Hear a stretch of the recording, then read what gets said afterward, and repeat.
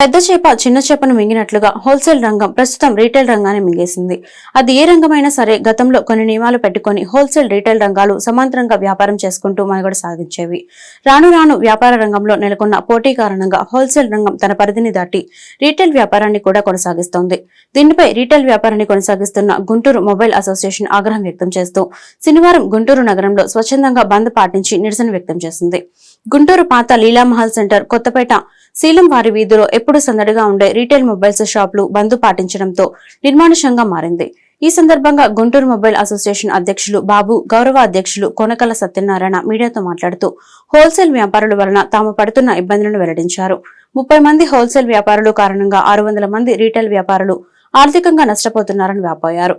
గతంలో రాసుకున్న అగ్రిమెంట్ ఒప్పందం ప్రకారం హోల్సేల్ వ్యాపారులు తమ అమ్మకాలు కొనసాగించాలని డిమాండ్ చేశారు.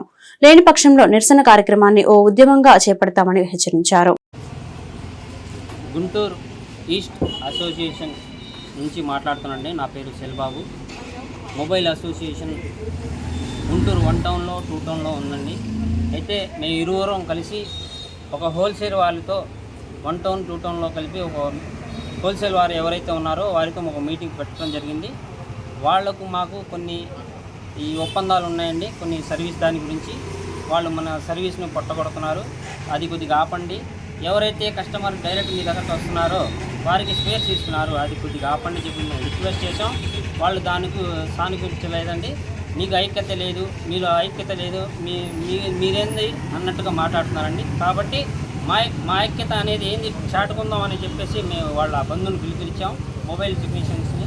అలాగే మొబైల్ షాప్స్ అంతా ఇవాళ క్లోజ్ చేసామండి. స్వతహాగా క్లోజ్ చేసాం. మాకు దయచేసి దీని గురించి మాకు న్యాయం కావాలని కోరుకుంటున్నామండి. ఎందుకంటే దీని మీద 600 కుటుంబాలు మేము బతుకుతున్నామండి. వాళ్ళు వచ్చేసి ఒక 30 మంది ఉంటారు. ఈ 30 మంది 600 మీద మజాయిషీ సాగిస్తున్నారండి. అది కరెక్ట్ కాదు. మా పొట్టలు కొడుతున్నారు. మాకు న్యాయం చేయించండి. మాకు దీనికి మాకు మా 600 కుటుంబాలకి గవర్నమెంట్ పరంగా మాకు ఆదుకోవాలి. ఇప్పుడు ఇక్కడే కాదు, రాష్ట్ర వ్యాప్తంగా ఇదే జరుగుతుందండి. ఉన్న గవర్నమెంట్ ఎవరైనా సరే, ఉన్న గవర్నమెంట్ మాకు సహకరించండి, మాకు ఉన్న సమస్యల్ని తీర్చండి. మేము కూర్చొని మాట్లాడుకుంటే సమస్య తీరట్లేదండి. అది మీ దాకా వస్తేనే అది సమస్య తీరుతుంది. కాబట్టి అందరూ మీరు సహకరించి దయచేసి మాకు సపోర్ట్ చేయాలని మేము మొబైల్ టెక్నీషియన్ తరపు నుంచి మాట్లాడుతున్నాను. అందరికీ నమస్కారం.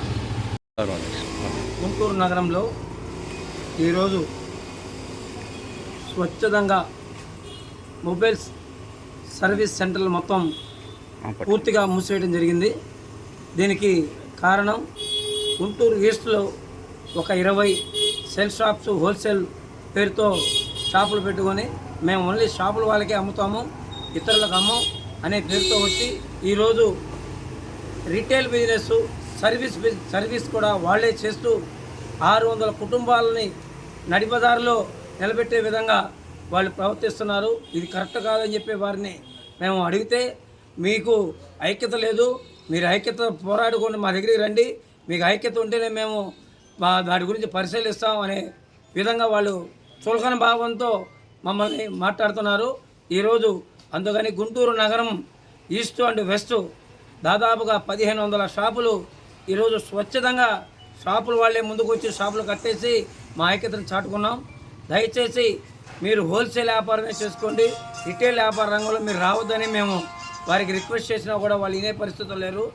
ఈరోజు మా యొక్క ఐక్యతను చూసినా వాళ్ళలో కనువిప్పు కలుగుతుందని చెప్పి మేము భావిస్తున్నాం. ఎన్ని రోజుల పాటు ఉంటుందండి బంధు ఈరోజు మేము ఒక రోజుకి మేము మా షాప్లోనే రిక్వెస్ట్ చేసి చెప్పాము.